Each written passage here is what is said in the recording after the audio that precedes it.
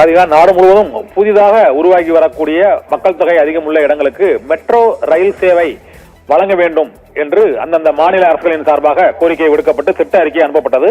தமிழகத்திலிருந்து கோவை, மதுரை ஆகிய 2 மாநகராட்சிகளுக்கும் metro rail சேவை தேவை என்று 10,000 கோடி ரூபாய், 11,000 கோடி ரூபாய் என மத்திய மாநில அரசுகளின் பங்களிப்பில் இந்த மெட்ரோ ரயில் சேவையை தொடங்க வேண்டும் என்று கோரிக்கை விடுக்கப்பட்டிருந்தது. ஆனால் இந்த 2 நகரங்களும் 20 லட்சம் மக்கள் தொகையை தாண்டவில்லை என்பதால் கோவை, மதுரை ஆகிய 2 நகரங்களுக்கும் பேருந்து போக்குவரத்து மட்டுமே போதும் என்றும் அதற்கான உகந்த ஏற்பாடுகளை செய்ய வேண்டும் என்று மத்திய அரசு அறிவித்து விட்டது.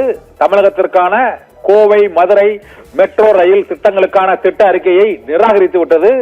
இது தவிர தமிழகத்தோடு கோரிக்கை விடுக்கப்பட்ட உத்தரப்பிரதேச மாநிலத்தின் ஆக்ரா, கான்பூர் ஆகிய மாநிலங்களுக்கான அந்த மெட்ரோ ரயில் திட்டத்திற்கு அனுமதி அளிக்கப்பட்டிருக்கிறது.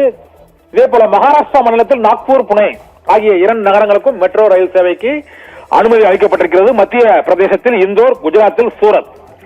இந்த ஆக்ரா, கான்பூர், நாக்பூர், புனே, இந்தோர், சூரத் ஆகிய நகரங்களில் 20 லட்சம் மக்கள் தொகையை தாண்டி இருக்கிறார்களா என்ற கேள்வி, சர்ச்சை இப்போது எழுந்திருக்கிறது.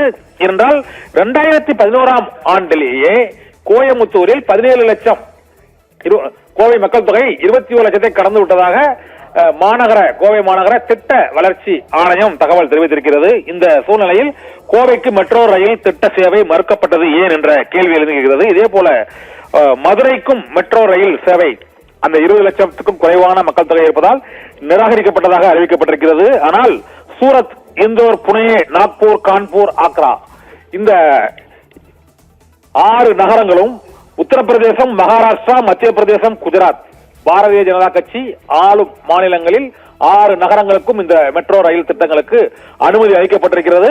அங்கு மக்கள் தொகை மதுரை, கோவையை விட பல நகரங்களில் குறைவு என்ற சர்ச்சையும் விமர்சனமும் எழுந்திருக்கிறது. தமிழகத்திற்கான கோவை, மதுரை நகரங்களுக்கான மெட்ரோ ரயில் சேவைக்கான திட்ட அறிக்கை இந்த ஆண்டு நிராகரிக்கப்பட்டிருக்கிறது. அடுத்து வரும் ஆண்டுகளில் அதற்கான அனுமதி கிடைக்குமா என்பதே கோவை மற்றும் மதுரை மாநகர மக்களின் எதிர்பார்ப்பாக இருக்கிறது. ராதிகா.